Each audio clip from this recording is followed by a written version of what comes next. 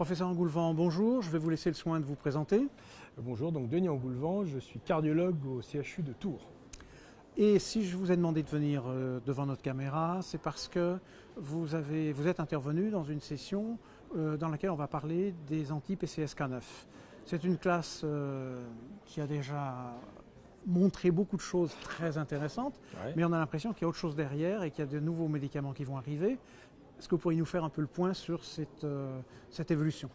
Tout à fait. Donc, moi, j'avais pour mission dans une session les médicaments du futur de faire un peu le point sur ce qu'il y avait eu de nouveau récemment, ceci est en lien avec le futur très proche qu'on attend sur l'inhibition de PCSK9.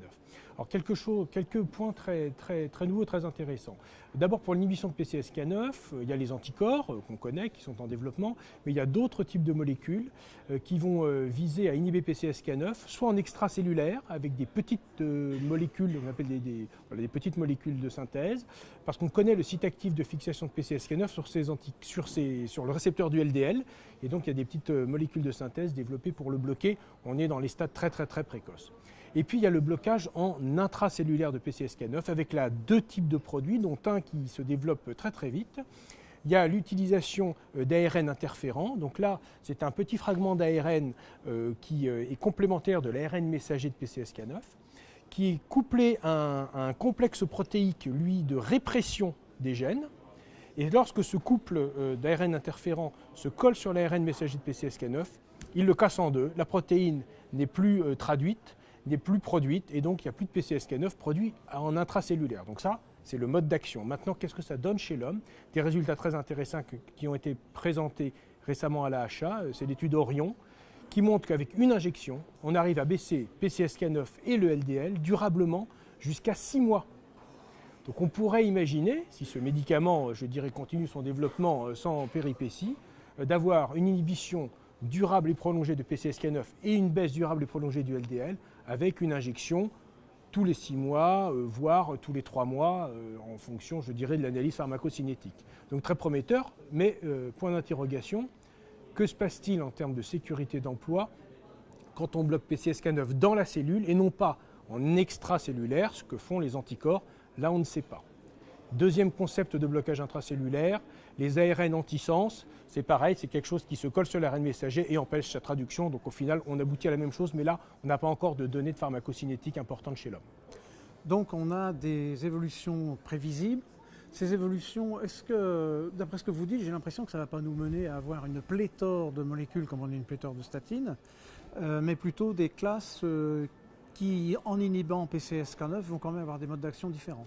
Alors voilà, et peut-être d'utilisation différente. Alors des modes d'action différents, d'utilisation différente, et puis peut-être aussi des effets différents, parce qu'on connaît bien le rôle de PCSK9 sur le récepteur du LDL, sur son homéostasie, son recyclage, son non-recyclage, et donc le blocage extracellulaire et ses effets sur le LDL, et très bientôt sur la clinique. En intracellulaire, on ne sait pas, puisque PCSK9 est impliqué dans d'autres voies métaboliques, au niveau du rein, au niveau des neurones. Donc, on ne sait pas. Il y a même des travaux fondamentaux qui suggéraient qu'éventuellement, bloquer PCSK9 au niveau des cellules neuronales pourrait, je dis bien au conditionnel, avoir un effet protecteur sur l'ischémie-reperfusion. Alors, il y a un autre aspect intéressant qui a été publié cette année. C'est une étude de randomisation mendélienne sur les variations de PCSK9. Chaque fois qu'on parle de randomisation mendélienne, il y a des gens qui ferment le bouton, qui tournent le bouton parce qu'ils ne comprennent rien. Donc je compte sur vous pour une explication limpide. On peut l'expliquer simplement. Ce sont des études observationnelles. On prend une grande cohorte de population et on teste chez eux les allèles de PCSK9 par exemple. Grande cohorte, c'est centaines de milliers. Oui, c'est 600 000 patients par exemple. Et puis on va tester les différences d'allèles de PCSK9. Et puis on a une moyenne. Et puis il y a ceux qui sont au-dessus de la moyenne et ceux qui sont en dessous de la moyenne.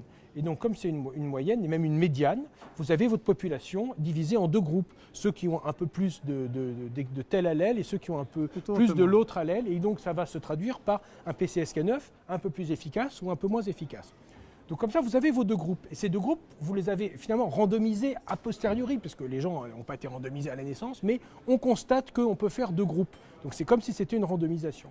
Et ensuite, ces deux groupes, on va les comparer. Et donc ils ont comparé, c'est Ferenc qui a fait ça, il fait ça tout le temps d'ailleurs, il a encore fait dans le New England, il a comparé les deux groupes et il a regardé simplement donc le taux de PCSK9, donc il y en a un peu plus dans l'un, un peu moins dans l'autre. le taux de LDL. Donc ceux qui ont plus de PCSK9 ont plus de LDL puisqu'ils ont moins de récepteurs finalement recyclés. Puis ceux qui ont moins de PCSK9, ils ont moins de LDL dans le sang circulant. Et puis là, regardez les événements cardiovasculaires. Évidemment, ça se suit. Alors, ça n'est pas comme une intervention pharmacologique, c'est une variabilité génétique qui entraîne une susceptibilité plus ou moins importante à avoir du PCSK9, moins de récepteurs de LDL et un peu plus de LDL circulant et un peu plus d'infarctus du myocarde. Mais ça confirme le fait qu'effectivement, il y a bien un lien. Ce lien avait été montré également avec l'HMG coenzyme réductase et il a même montré qu'il y avait un effet additif des deux. Très intéressant dans cette étude de randomisation, il montre aussi, comme on l'avait montré avec l'HMG coenzyme réductase, lorsqu'elle est plus réprimée, eh bien, quand il y a moins de PCSK9, il y a moins d'événements cardiovasculaires, mais il y a un peu plus de diabète.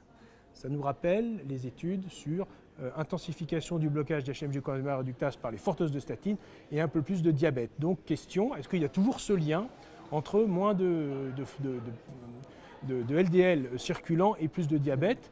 Point d'interrogation. Mais on a une petite réponse, parce qu'il y a une méta-analyse, ou plutôt une analyse poolée des patients avec l'alirocumab, des études donc Odyssée, a cherché à voir s'il y avait plus de diabète quand on baissait beaucoup le LDL avec cet anticorps. La réponse est non.